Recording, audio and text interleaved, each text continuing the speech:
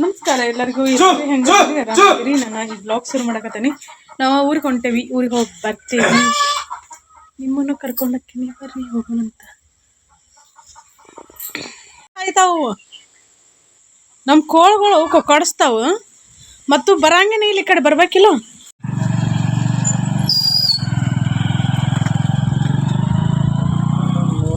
ಹೆಂಗ ನೀವೆಲ್ಲ ಮತ್ತೆ ತಗದಾವ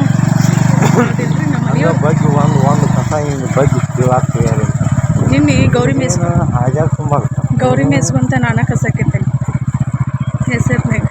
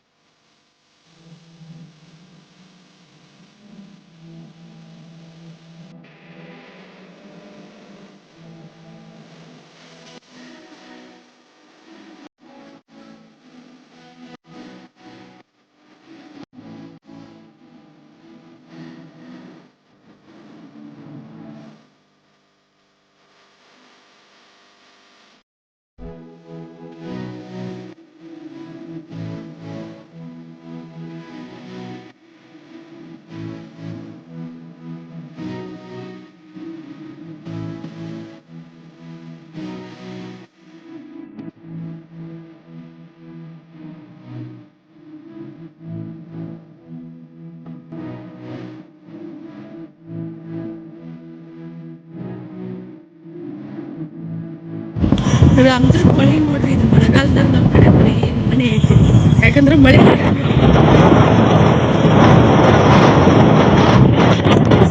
ನಿಂತಿರುತ್ತೆ.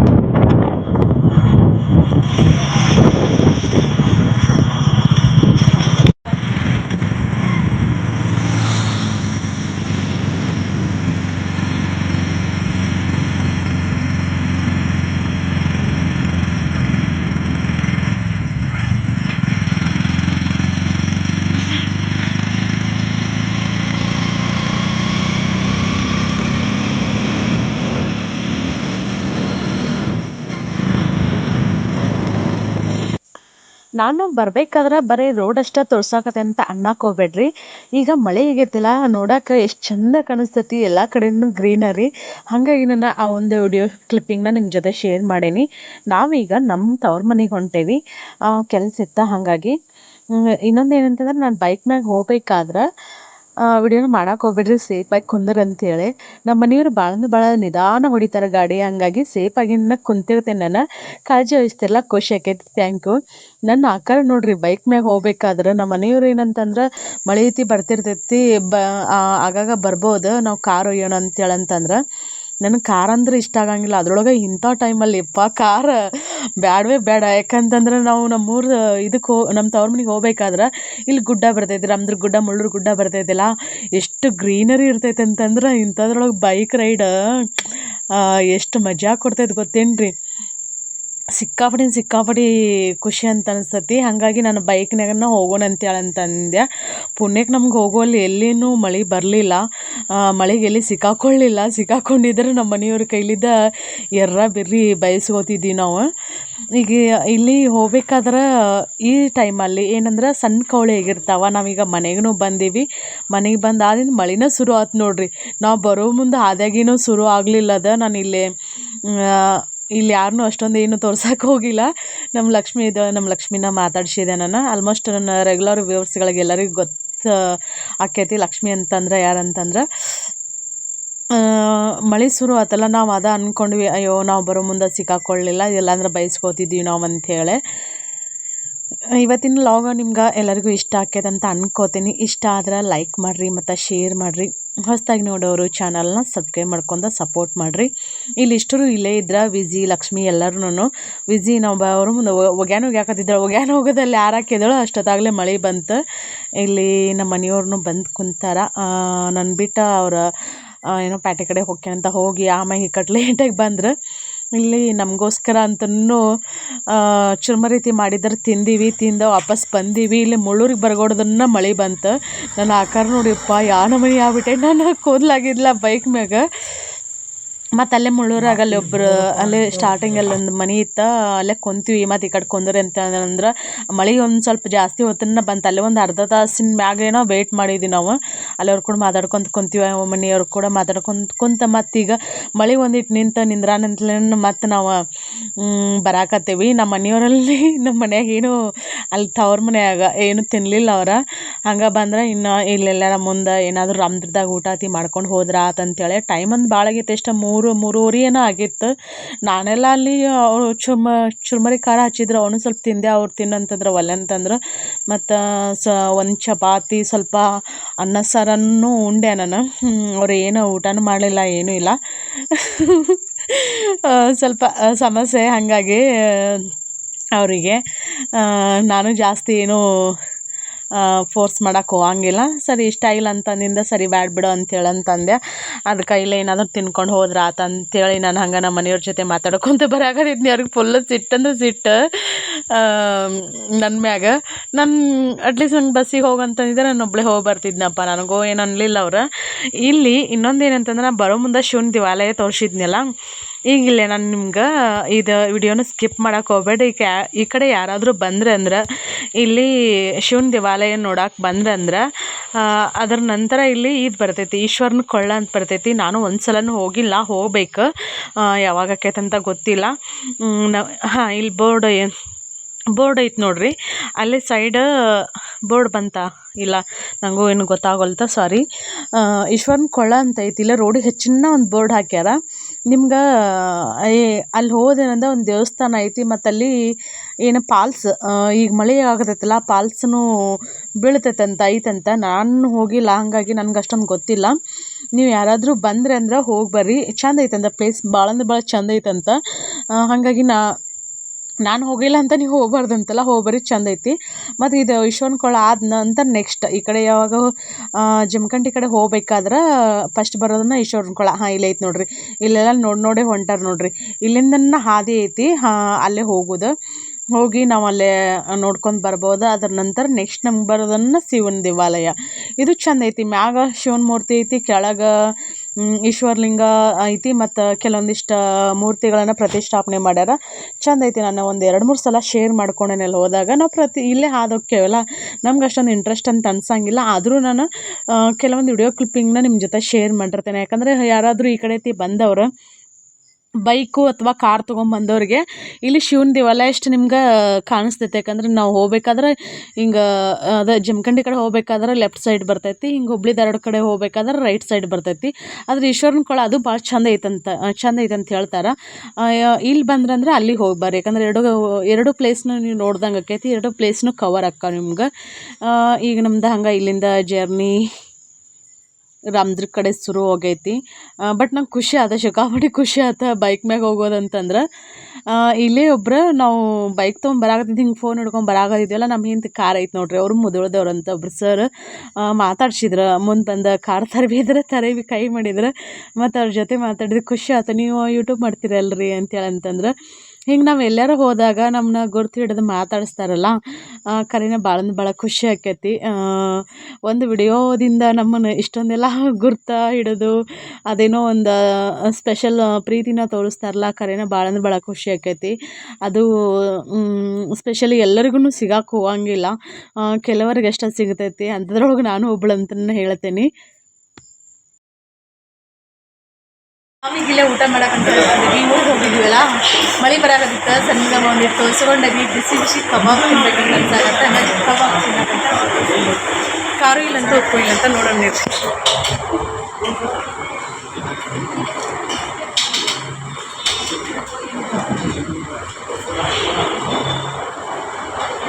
ಸುಡ್ತೈತಿ ಬಿಸಿ ಇಲ್ಲಿ ಮೆಣಸಿನ್ಕಾಯಿ ಇಟ್ಟರೆ ಎಕ್ಸ್ಟ್ರಾ ಖಾರ ಬೇಕಂದ್ರೆ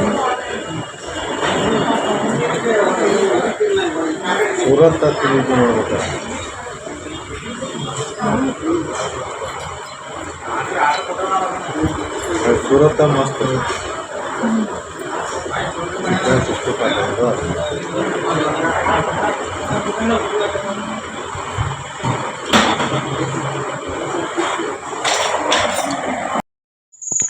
ನಾನಲ್ಲಿ ಮನ್ಯಾಗ ಲೈಟಾಗಿ ಊಟ ಮಾಡ್ಕೊಂಬಂದಿದ್ನಲ್ಲ, ಇಲ್ಲಿ ಅವ್ರ ಜೊತೆ ತಿನ್ನಲಿಲ್ಲ ಅಂದ್ರೆ ಅವ್ರಿಗೆ ಬೇಜಾರಾಕೈತಿ.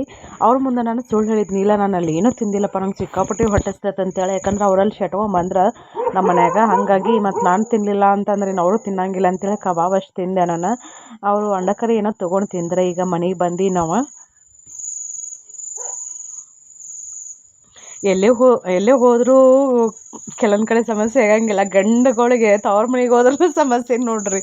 ಅವ್ರು ಬರೋಂತಲೂ ಕೋಳಿಗಳು ಅವ್ರ ಹಾದಿನ ಕಾಯ್ತಿರ್ತಾವೆ. ಯಾಕಂದ್ರೆ ಅವ್ರು ಡೈಲಿ ಕಾಳು ಹಾಕ್ತಾರಲ್ಲ ಸಂಜೆಲ್ಲ ಮುಂಜಾನೆ. ಹಾಗಾಗಿ ನಾನು ಊರಿಗೆ ಹೋಗಿದ್ನಲ್ಲ, ಅಲ್ಲಿ ನನಗೇನು ವಿಡಿಯೋ ಶೂಟ್ ಮಾಡೋಕ್ಕಾಗಲಿಲ್ಲ.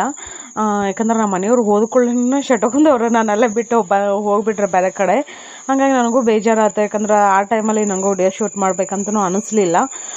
ಅವ್ವ ಇದ್ರೆ ಎಲ್ಲರೂ ಬಂದರೆ ಎಲ್ಲರೂ ಊಟಾತಿ ಮಾಡಿದ್ರು. ನಾವು ಬುತ್ತಿಯತಿ ಓದಿದ್ವಿ. ಊಟಾತಿ ಮಾಡಿ ಅಪ್ಪ ಹೊಲಕ್ಕೆ ಹೋಗಿದ್ರಂತ ಎಡಿ ಹೊಡ್ಯಕ್ಕೆ, ಎರಿ ಹೊಲಕ್ಕೆ.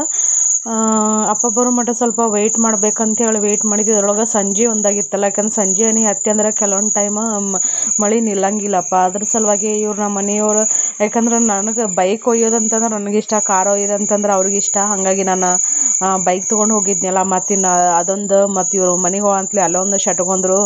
ಎಲ್ಲ ಸೇರಿಸಿ ನೋಡು ಅದ್ಯಾಗ ಮತ್ತು ನನಗೆ ಹೋಳಿಗೆ ಬೀಳಬಾರ್ದು ಅಂತೇಳಿ ನಾನು ಏನು ಮಾಡಿದೆ ಅಂತಂದ್ರೆ, ಸರಿ ಇಲ್ಲ ಮತ್ತೇನು ಮಾಡೋಕ್ಕಾಗಂಗಿಲ್ಲ ಅಂತ ಸ್ವಲ್ಪ ಹೊತ್ತು ವೆಯ್ಟ್ ಮಾಡಿದ್ವಿ. ಅಪ್ಪ ಬರೋದು ಇನ್ನೂ ಸ್ವಲ್ಪ ಇನ್ನೊಂದು ಅರ್ಧ ತಾಸಷ್ಟೇ ಇತ್ತು. ವೆಯ್ಟ್ ಮಾಡಿ ಮಾತಾಡ್ಸ್ಕೊಂಡು ಬಂದಿದ್ರು ಅಕ್ಕಿತ್ತು, ಆದ್ರೆ ಆಗಲಿಲ್ಲ. ಹಾಗಾಗಿ ಬೇಜಾರಾಯ್ತು.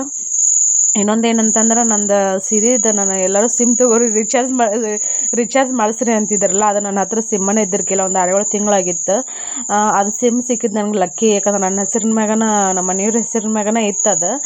ಇಲ್ಲಾಂದ್ರೆ ಬೇರೆಯವ್ರ ಹೆಸರು ಮ್ಯಾಗ ಆ್ಯಕ್ಟಿವ್ ಆಗಿರ್ಕಿಲ್ಲ. ಮತ್ತು ಹೋಗಿ ಅದನ್ನು ಸಿಮ್ ತೊಗೊಂಡು ಅಲ್ಲಿ ಒಂದು $400 ರೂಪಾಯಿನೋ ಬಡೋದು ಅದಕ್ಕಟ್ಟು. ಏರ್ಟೆಲ್ ಮೊದಲು ಏರ್ಟೆಲ್ನ ಐತೆ ನನ್ನ ಅಂತೇಳಿಗೆ 2 ಜಿಯೋ ಸಿಮ್ ಅದಾವ. ಹಾಗಾಗಿ ಈ ಸಿಮ್ ನಾನಂತರೂ ಹಾಕಂಗಿಲ್ಲ. ಯಾಕಂದ್ರೆ ಆ್ಯಕ್ಟಿವ್ ಮಾಡೋಕ್ಕಷ್ಟೇ ಹಾಕ್ಬೇಕು, ಅದ್ರ ನಂತರನ ಹಾಕಂಗಿಲ್ಲ. ಯಾಕಂದ್ರೆ ಫೋನ್ ಕಾಲ್ ಬಂದು ಅಂದ್ರೆ ಇರೋದೊಂದು ಫೋನೆಲ್ಲ ವಿಡಿಯೋ ಶೂಟ್ ಮಾಡೋಕ್ಕೆ, ಎಡಿಟಿಂಗ್ ಮಾಡೋಕ್ಕೆ ಸಿಕ್ಕಾಪಟ್ಟಿ ತೊಂದರೆ ಆಕೈತಿ. ಅದ್ರ ಯಾಕಂದ್ರೆ ಸಿಮ್ ಬೇಕಲ್ಲ ನನಗೆ. ಈಗ ಎಲ್ಲ ಕಡೆಯೂ ಅದೇ ನಂಬರ್, ಸೀರೆ ಬಿಸ್ನೆಸ್ಗಾಗಿ ಅದೇ ನಂಬರ್ನ ನಾನು ಯೂಸ್ ಮಾಡೋದು. ಮತ್ತು ಅದು ಸಿಮ್ ಇರಲಿಲ್ಲ ಅಂತಂದ್ರೆ ಕಷ್ಟ ಪಪ್ಪಿ. ಸಿಮ್ ಇರಲಿಲ್ಲ ಅಂದ್ರೆ ಅದು ಒಂದು ವೇಳೆ ಮತ್ತು ಬೇರೆದವ್ರ ಹೆಸರಿನ ಮ್ಯಾಗ ಆ್ಯಕ್ಟಿವ್ ಆದ್ರೆ ಏನು ಮಾಡೋಕ್ಕಾಗಂಗಿಲ್ಲ. ಈಗ ಹಿಂಗೆ ಒಂದು ಸಿಮ್ ಆ್ಯಕ್ಟಿವ್ ಆಗಿಬಿಟ್ಟೈತಿ. ಒಂದು 8 ದಿನದ ಹಿಂದ್ಗಡೆ ನನ್ನ ಜಿಯೋ ಸಿಮ್ ಅದು ಕೇಳಕ್ಕಂತ ಹೋಗಿದ್ನಿ. ಅದು ಬೇರೆದವ್ರ ಹೆಸರಿನ ಮ್ಯಾಗ ಆ್ಯಕ್ಟಿವ್ ಆಗಿಬಿಟ್ಟೈತಿ. ಅದಕ್ಕೆ ಕಾಲ್ ಮಾಡಿದ್ರು ಅವರು ಸಿಮ್ ಆ್ಯಕ್ಟಿವ್ ಮಾಡಿಸ್ಕೊಂಡು ಅದನ್ನು ಸ್ವಿಚ್ ಆಫ್ ಮಾಡಿಟ್ಟಾರಂತ. ಕೆಲವೊಂದು ಬಿಸ್ನೆಸ್ಗಾಗಿ ಯೂಸ್ ಮಾಡ್ತಿರ್ತಾರಲ್ಲ, ಹಾಗಾಗಿ ಅವರು ಸಿಮ್ ತೊಗೊಂಡು ಅದನ್ನು ಅವರು ಎಲ್ಲದಕ್ಕೂ ಇದನ್ನು ಮಾಡಿಕೊಂಡು ಸಿಮ್ ತೆಗೆದು ಇಟ್ಕೊಂಡ್ಬಿಟ್ಟಿರ್ತಾರಂತ. ಮತ್ತು ಇದು ಒಂದು ಸಿಮ್ ಹಂಗಾದ್ರೆ ಸುಮ್ಮನೆ ಈಗ ಎಲ್ಲ ಕಾಂಟ್ಯಾಕ್ಟ್ಸ್ನು ಇದರಲ್ಲೇ ಇರೋದು. ಈಗ ಸೀರೆ ಯಾರ್ಯಾರು ತೊಗೋತಾರಲ್ಲ ಅವ್ರು ಪ್ರತಿಯೊಬ್ಬರು ಇದಕ್ಕೆ ಮೆಸೇಜ್ ಮಾಡೋದು. ಹಾಗಾಗಿ ರೊಕ್ಕ ಹೋದ್ರೆ ಹೋಗಲಿ ಅಂಥೇಳಿ ಸುಮ್ಮ ತೊಗೊಂಬಂದೀವಿ. ನಾವು ಮನೆಗೆ ಬರ್ಬೇಕಾದ್ರೆ 6 ಗಂಟೆ ಆತಂತ ಅನ್ನಿಸ್ತೈತಿ. ಈಗ ಹೊತ್ತು ಲೇಟಾಗಿ ಮುಣುಗ್ತೈತಿಲ್ಲ, 7 ಗಂಟೆ ಕತ್ತಿ ಮಾಡಿ ಹಾಕಿದ್ರೆ ಜಲ್ದಿ ಕತ್ಲಾದಂಗೆ ಆಕೈತಿ. ಇಲ್ಲಾಂದ್ರೆ ಲೇಟಾಗಿನ್ನ ಹೊತ್ತು ಮುಳುಗ್ತೈತಿ.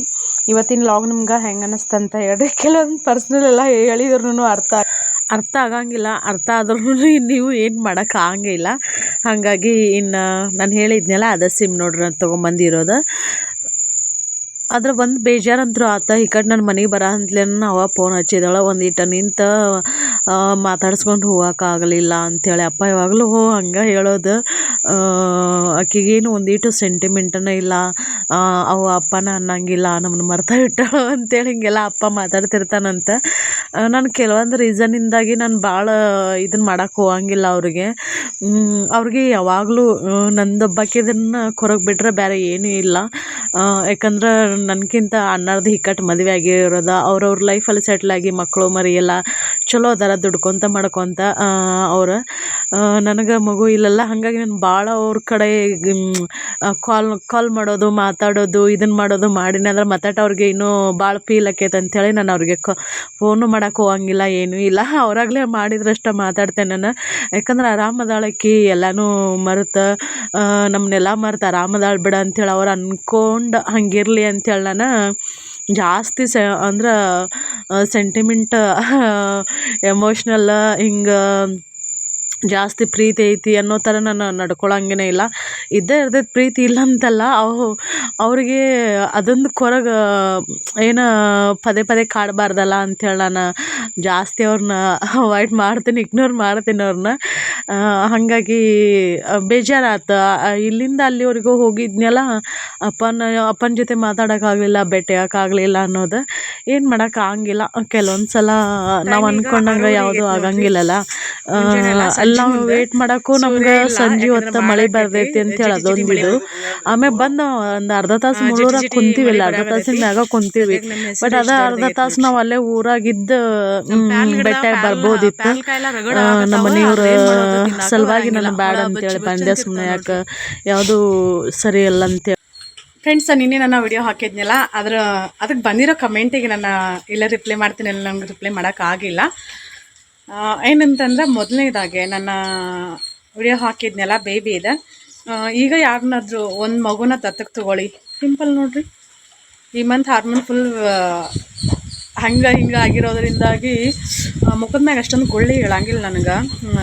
ಬೆನ್ನಲ್ಲೆಲ್ಲ ಫುಲ್ ಇದು ಚೆಸ್ಟಲ್ಲೆಲ್ಲ ಗುಳ್ಳಿ ಹಾಕೋ ನನಗೆ. ಅದಿರಲಿ, ಈಗ ತಗೋರಿ, ಏಜ್ ಆದಿನ ತೊಗೊಂಡ್ರೆ ಏನು ಉಪಯೋಗ ಇಲ್ಲ ಅಂಥೇಳಿ. ಅದಕ್ಕೆ ನನ್ನ ಒಪಿನಿಯನ್ ನಾನು ತಿಳಿಸಾಕತ್ತೀನಿ. ನಾವು ಮಗುನ ದತ್ತಕ್ಕೆ ತೊಗೊಳ್ಳೋದಾಗಲಿ, ಬೇರೆಯವರ ಮಕ್ಕಳನ್ನ ತೊಗೊಂಬಂದು ಮನೆಯಲ್ಲಿ ಸಾಕೋದಾಗಲಿ, ಅದನ್ನು ನಾವು ನೋಡ್ಕೊಳ್ಳೋದಾಗಲಿ ಅಷ್ಟು ಸುಲಭದ ಮಾತಲ್ಲ. ಇನ್ನೊಂದು ಏನಂತಂದ್ರೆ, ನಾವು ಇನ್ನೊಬ್ಬರಿಗೆ ಗೈಡ್ ಮಾಡೋದು ಹೇಳೋದು ಈಸಿ ಅಂತ ಅನಿಸ್ತೈತಿ, ಬಟ್ ರಿಯಾಲಿಟಿನ ನಾವು ನೋಡಿದಾಗ ಬೇರೆನೇ ಇರ್ತೈತಿ. ಹಾಗಾಗಿ ನಾನು ಹೇಳೀನಿ, ಭಾಳಷ್ಟು ಸಲ ಹೇಳೀನಿ. ಅಂದ್ರೆ ಹೊಸದಾಗಿ ನೋಡ್ತಿರ್ತಾರಲ್ಲ, ಅವ್ರಿಗೆ ಗೊತ್ತಿರಂಗಿಲ್ಲ. ಮಗು ನಾವು ದತ್ತಕ್ಕಂದ್ರೂ ತೊಗೊಳಕ್ಕೆ ಹೋಗಂಗಿಲ್ಲ. ಈಗಾದರೂ ಆಯ್ತು, ಮುಂದೆ ಗೊತ್ತಿಲ್ಲ. ಯಾಕಂದ್ರೆ ಸದ್ಯದ ಪರಿಸ್ಥಿತಿ ಹೇಳಾಕತ್ತೀನಿ ನಾನು. ತೊಗೊಳಕ್ಕೆ ಹೋಗಂಗಿಲ್ಲ. ಮತ್ತು ಬೇರೆದವ್ರ ಮಕ್ಕಳನ್ನ ನಮ್ಮ ಮನೇಲಿ ಇಟ್ಕೊಂಡು ನಾವು ಅವನ ನೋಡ್ಕೋತೀವಂತಂದ್ರೆ, ಅದು ನನ್ಗೆ ಅಕ್ಕ ತಂಗಿ ಯಾರೂ ಇಲ್ಲ. ನನ್ನ ಮಕ್ಕಳು ಅವರು ದೊಡ್ಡವರು, ಅವರ ಸಾಲಿಗತಿ ಹೋಗ್ತಾರ. ಇಲ್ಲಿ ಸಾಲಿದ ಸಮಸ್ಯೆ, ನಾನು ಯಾವಾಗಲೂ ಅಲ್ಲಿ ಹೋಗೋದು ಬರೋದು ಮಾಡಿಲ್ಲಲ್ಲ. ಹಾಗಾಗಿ ನನ್ನ ಜೊತೆ ಅಷ್ಟು ಇದು ಇಲ್ಲ. ಇಲ್ಲೇ ಬಂದು ಇರೋದಾಗಲಿ, ಇದನ್ನು ಮಾಡೋದಾಗಲಿ ಇಲ್ಲ. ಹಾಗಾಗಿ ಬಲವಂತದಿಂದ ನನಗೆ ಯಾರನ್ನೂ ಕರ್ಕೊಂಡು ಬರೋ ಮನಸ್ಸೂ ಇಲ್ಲ. ಇನ್ನೊಂದು ಏನಂತಂದ್ರೆ, ಅವ್ರು ಇಲ್ಲಿ ಕಳ್ಸೋಕ್ಕೂ ಇಷ್ಟಪಡೋಂಗಿಲ್ಲ ಕೆಲವೊಂದು ರೀಸನ್ನಿಂದಾಗೆ. ಹಾಗಾಗಿ ಮತ್ತು ಬೇರೆ ರಿಲೇಟಿವ್ಸ್ ಜೊತೆ ಅಂತಂದ್ರೆ, ಯಾಕಂದ್ರೆ ಈಗ ನಾನು ಯೂಟ್ಯೂಬರ್ ಆದಿಂದಷ್ಟೇ ನೀವು ನನ್ನ ಲೈಫ್ ಸ್ಟೋರಿನ ನೋಡಾಕತ್ತೀರಿ, ನನ್ನ ಲೈಫ್ ಹೆಂಗೈತೆ ಅಂಥೇಳಿ ಕೇಳಾಕತ್ತೀರಿ. ನಾನು ಯೂಟ್ಯೂಬರ್ ಆಗೋಕ್ಕಿಂತ ಮುಂಚೆ ನಾನು ಸಾಕಷ್ಟು ಏನಂತಂದ್ರೆ, ಬೇರೆಯವ್ರ ಮಕ್ಕಳನ್ನ ಪ್ರೀತಿ ಮಾಡಿ ಮೋಸ ಹೋಗಿ ಅದರಿಂದ ಅನುಭವಿಸಿರೋ ನೋವು ನನಗೆ ಸಾಕಂತ ಅನಿಸ್ಬಿಟ್ಟೈತಿ. ಹಾಗಾಗಿ ನಾನು ಆ ದೊಡ್ಡ ಸಾಹಸಕ್ಕೂ ಕೈ ಹಾಕಂಗಿಲ್ಲ. ನಾನು ಹಿಂದ್ಗಡೆ ಒಮ್ಮೆ ಹೇಳಿದ್ನಿ, ಯಾರನ್ನಾದ್ರೂ ಕರ್ಕೊಂಬಂದು ಇಟ್ಕೋತೇವೆ ಅಂತೇಳಿ. ಬಟ್ ನನಗೆ ಏನಂತ ಅನ್ನಿಸ್ತಾ, ಬ್ಯಾಡ್ ಅಂತ ಅನ್ನಿಸ್ತಾ. ಆ ದೇವ್ರು ನನ್ಗೆ ಯಾವ ಲೈಫನ್ನು ಕೊಟ್ಟಾನಲ್ಲ, ನೀವು ಹಿಂಗೆ ಇರ್ಬೇಕು, ಹಿಂಗೆ ಜೀವನ ಮಾಡ್ಬೇಕಂತ ಆ ದೇವ್ರು ಏನು ಕೊಟ್ಟಾನಲ್ಲ, ಅದು ನನಗೆ ಖುಷಿಯಿಂದ ಇನ್ನು ಮುಂದಿನ ದಿನಗಳಲ್ಲಿ ಅನುಭವಿಸ್ಬೇಕಂತ ಅಂದ್ಕೊಂಡೇನಿ. ಅಯ್ಯೋ, ನಮ್ಗೆ ಯಾವುದೋ ಒಂದು ಕೊರತೆ ಐತಿ, ಅದು ಬೇಡ, ಅದಿಲ್ಲ ಅಂಥೇಳಿ ಇರೋವಂಥ ಖುಷಿನ ನಾನು ಕಳ್ಕೊಬಾರ್ದಂತ ಅಂದ್ಕೊಂಡೇನಿ. ಹಾಗಾಗಿ ನಿಮ್ಮೆಲ್ಲ ಪ್ರೀತಿ ಕಾಳಜಿ ನಮ್ಗೆ ಕರೆನ ಖುಷಿ ಆಕೈತಿ. ಇನ್ನೊಬ್ರು ಹೇಳಿದ್ರೆ, ಈಗೆಲ್ಲ ಚಲೋ ಆಕೈತಿ, ನಿಮ್ಮ ಆಸ್ತಿ ಮುಂದೆ ಕಂಡೋರ್ ಪಾಲಾಕೈತಿ ಅಂತೇಳಿ. ಅದು ಗೊತ್ತಿಲ್ಲ ಮುಂದೆ ಏನಾಕೈತೆ ಅಂತೇಳಿ. ಯಾಕಂದ್ರೆ ಹೊಟ್ಟೆಲಿ ಹುಟ್ಟಿರೋ ಮಕ್ಕಳು ನಮ್ಮನ್ನು ಸರಿಯಾಗಿ ನೋಡ್ಕೋತಾರೆ ಅಂತ ನಾವು ಮರೆತು ಬಿಡೋದು. ಮತ್ತು ಇದು ಏನು ಅಡಾಪ್ಟ್ ಮಾಡ್ಕೋತೇವಲ್ಲ, ಅದರದ್ದೇ ಆದ ಕೆಲವೊಂದು ಕಾನೂನು ಬದ್ಧವಾಗಿ ಕೆಲವೊಂದು ರೂಲ್ಸ್ಗಳದಾವ. ಅದನ್ನು ಫಾಲೋ ಮಾಡ್ಬೇಕು. ಮತ್ತು ಸ್ವಂತ ನಮ್ದು ಪ್ರಾಪರ್ಟಿ ಇರ್ಬೇಕು, ನಮ್ಮ ಹೆಸರಲ್ಲೇ ಇಷ್ಟು ಲಕ್ಷದಂಥ ಪ್ರಾಪರ್ಟಿ ಇರಬೇಕು. ಅದು ಮೊದಲು ನಮ್ಗೆ ಈಸಿಯಾಗಿ ಸಿಗ್ತಿದ್ವು ಅಂತ. ಆದ್ರೆ ಮೊದಲು ಅಂತಂದ್ರೆ ಭಾಳ ಹಿಂದ್ಗಡೆ. ಈಗ ನಮ್ಗೆ ಮಗು ಬೇಕಂತಂದ್ರೆ ಅಷ್ಟು ಈಸಿಯಾಗಿ ಸಿಗಂಗಿಲ್ಲ. ಅದಕ್ಕೆ ಸಾಕಷ್ಟು ನಾನು ಹೇಳಿದ್ನಲ್ಲ, ಅದಕ್ಕೆ ಸಾಕಷ್ಟು ರೂಲ್ಸ್ ಆ್ಯಂಡ್ ರೆಗ್ಯುಲೇಷನ್ ಅದಾವ, ಅದನ್ನೆಲ್ಲನೂ ಫಾಲೋ ಮಾಡಬೇಕು. ಮತ್ತು ನಾವೀಗ ನಮ್ಗೆ ಮಗು ಬೇಕಂತ ನಾವು ಅಪ್ಲೈ ಮಾಡಿದ್ವಿ ಅಂದ್ರೆ ನಮ್ಗೆ 7 ವರ್ಷ 8 ವರ್ಷನೂ ಹೋಗ್ಬೋದಂತ. ನಾನು ಇವಾಗ ಎಷ್ಟಂದ್ರೆ, ನನ್ನ ಮದುವೆ ಆದ 5ನೇ ವರ್ಷಕ್ಕೇನೋ ನಾನು ಅಂದ್ಕೊಂಡಿದ್ನಿ. ಆವಾಗ ನಂಗೆ ಮಗು ಆಕೈತಿಲ್ಲೋ ಗೊತ್ತಿಲ್ಲ, ಅದ್ರ ಬಗ್ಗೆ ಎಲ್ಲ. ಆವಾಗ ನಂಗೆ ಮಕ್ಕಳಂದ್ರೆ ಸಿಕ್ಕಾಪಟ್ಟೆ ಇಷ್ಟ, ಎಲ್ಲರಿಗೂ ಇಷ್ಟ ಅಕ್ಕ ಮಕ್ಕಳಂತಂದ್ರೆ. ಆವಾಗ ಅಡಾಪ್ಟ್ ಮಾಡ್ಕೋಬೇಕಂತೇಳಿ. ಇನ್ನೊಂದು ಏನಂತಂದ್ರೆ, ಮಗುವಿಗೆ ತಾಯಿ ಪ್ರೀತಿ ಎಷ್ಟೋ ಸಿಕ್ಕರೆ ಸಲ್ತು ತಂದೆ ಪ್ರೀತಿನೂ ಸಿಗ್ಬೇಕು, ತಂದೆ ಪ್ರೀತಿ ಸಿಕ್ಕರೆ ಅಷ್ಟೋ ಸಲ್ತು ತಾಯಿ ಪ್ರೀತಿನೂ ಸಿಗ್ಬೇಕು, ಸುತ್ತಮುತ್ತಲು ಇರೋರ ಪ್ರೀತಿನೂ ಸಿಗ್ಬೇಕು. ಅದು ಮಗು ಬಂದು ಇಲ್ಲಿ ಏನೋ ಸಫರ್ ಆಗೋಕ್ಕಿಂತ ತಗೊಳ್ಳೋದೇ ಇರೋದು ಬೆಟರ್ ಅಂತ ನನ್ನ ಅನಿಸಿಕೆ. ನನ್ನ ಒಪಿನಿಯನ್ ಹೇಳಕತ್ತೀನಿ. ಇನ್ನೊಬ್ರು ಕೇಳಿದ್ರೆ, ಇದು ನೀವು IVF ಬಗ್ಗೆ ನಿಮ್ಮ ಅಭಿಪ್ರಾಯ ಹೇಳ್ರಿ ಅಂತಂದ್ರೆ, ನಾನು ಯಾವುದೇ ಕಾರಣಕ್ಕೂ IVFಗೆ ಅಂತೂ ಹೋಗಲ್ಲ. ನಂಗೆ ದೇವ್ರು ನ್ಯಾಚುರಲ್ ಆಗಿ ಮಗು ಕೊಟ್ರೆ ಕೊಡಲಿ, ಇಲ್ಲಾಂದ್ರೆ ನನಗೆ ಮಗುನ ಬೇಡ ಅಂತ ನಾನು ಡಿಸೈಡ್ ಮಾಡೀನಿ. ಕೊಟ್ರೆ ನಾನು ನ್ಯಾಚುರಲ್ ಆಗಿ ಆದ್ರೆ ನಾನು ಖುಷಿಯಿಂದ ಸ್ವೀಕರಿಸ್ತೀನಿ. ಅಂತಂದ್ರೆ ನಾನು IVFಗೆ ಹೋಗಿ ನಾನು ಟ್ರೀಟ್ಮೆಂಟ್ ತೊಗೊಂಡು ಮಗು ಮಾಡ್ಕೋಬೇಕಂತಂದ್ರೆ ಫಿನಾನ್ಷಿಯಲಿ ನಾವು ಫಿಟ್ ಇಲ್ಲ ಅಂತಂದ್ರೂ ನಾನು ಟ್ರೀಟ್ಮೆಂಟ್ ತೊಗೋಬೋದು. ಯಾಕಂದ್ರೆ ನನ್ನ ಫ್ರೆಂಡ್ ಸಹಾಯದಿಂದ ನಾನು ಸ್ವಲ್ಪ ಸೇವಿಂಗ್ಸ್ ಮಾಡಿ ತೊಗೋಬೋದು, ಇಲ್ಲಂತಲ್ಲ. ಅದಕ್ಕೆ ನಂಗೆ ಟ್ರೀಟ್ಮೆಂಟ್ ತೊಗೊಳಕ್ಕೆ ನಂಗೆ ಏನೂ ಸಮಸ್ಯೆ ಇಲ್ಲ. ಬಟ್ ನನಗೆ IVFನಿಂದ ಮಗು ಮಾಡ್ಕೊಳ್ಳೋದು ಪರ್ಸ್ನಲಿ ನನಗೆ ಇಷ್ಟ ಇಲ್ಲ. ಹಾಗಾಗಿ ನಾನು ತೊಗೊಳಕ್ಕೂ ಹೋಗಂಗಿಲ್ಲ.